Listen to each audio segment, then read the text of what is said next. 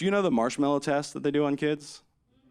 Couple yeses, couple blank stares. I was going to explain it anyway. I don't know why I even asked. So there's this experiment. You give a kid a marshmallow. You're like, you can eat this, but I'm going to leave for a few minutes. If the marshmallow's still here when I come back, you get a second marshmallow. Right? Tests like impulse control and delayed gratification. It's supposed to. It doesn't. It's a bad experiment. That's not the point. My point is my older daughter would 100% pass that test and get a second and probably third marshmallow. How? I'm not really sure. Blackmail, if I had to guess. My younger daughter, just the one marshmallow, obviously, just the one, and then she would burn the lab down. Not to make s'mores, just to stare into the fire and feel alive for a little bit. We did our own version of the marshmallow experiment. My mother-in-law gave my kids these marshmallow treats. It was 4 marshmallows on a stick, rolled in chocolate and candy. And they're like, Daddy, can we eat these for dessert tonight? I'm like, well, they're pretty big. You can have half tonight and half tomorrow. And my older daughter did what a human would do. She slid 2 marshmallows off the stick, ate them up, yum, yum, yum, what a tasty treat. My younger daughter just kind of went outside in, just like corn on the cob did. Just ate all the chocolate and candy off the marshmallows, and then she's like, that's about half. Hang on to that for me. I'm coming back for that tomorrow. You said half tonight, half tomorrow. I did it by weight. You weren't expecting that. My older daughter's favorite cereal is Special K, like she's a secretary on her break at work, giving herself a little treat. I want to be clear. We have better cereal at the house. It's not like that's the only one we've shown her, and she's like, yeah, this is fine.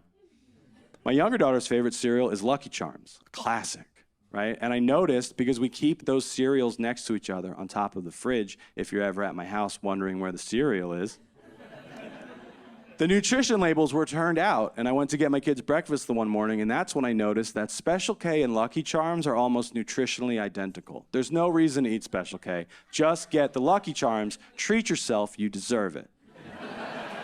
Now, I say this with a small caveat. They are only almost nutritionally identical if you eat all the cereal pieces in the Lucky Charms and you don't just pick the marshmallows out and throw the bowl across the living room like my kid does. I don't think she's getting all the vitamins and minerals Lucky the Leprechaun has on offer. And when she started doing this, it was like, sweetie, absolutely not. No. You cannot pick out the marshmallows and throw the cereal on the floor. You're wasting food. You're making a mess. You're basically just eating candy for breakfast. This is wrong on every level. And she looked at me like I was the biggest idiot in the world. She's like, Daddy, this is how I eat cereal.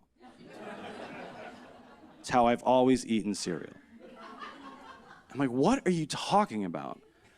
And I watched her do it one morning. She picked all the marshmallows out, and then like while she was making eye contact with me as like a power move, she just like tipped it off the side of the table, and I watched it slowly tumble to the floor, and then something clicked in my brain, like the end of The Usual Suspects, where I realized what had been going on. Remember that dog I mentioned from the tooth joke? We used to have a dog. We don't have a dog anymore. I'm not trying to bring the room down. That's just how time works.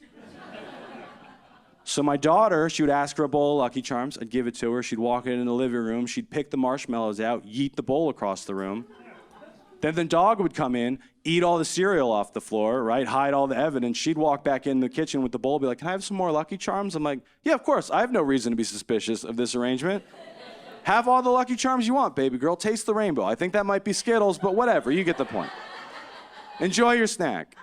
And then the dog died, and pretty quickly I was like, I'm cleaning up a lot more cereal spills lately than I kind of remember ever having to do previously. I wonder what that's all about. And then it clicked. I'm like, they've been in cahoots this whole time. They've been pulling an elaborate marshmallow heist on me for who knows how long.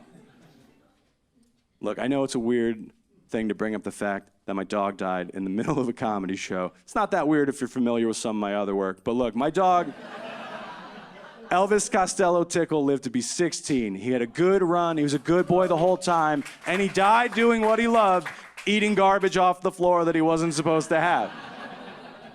Everyone's like, Glenn, how'd your dog die? Full of Lucky Charms, actually. It was the best day of his life. He really went out on a high note.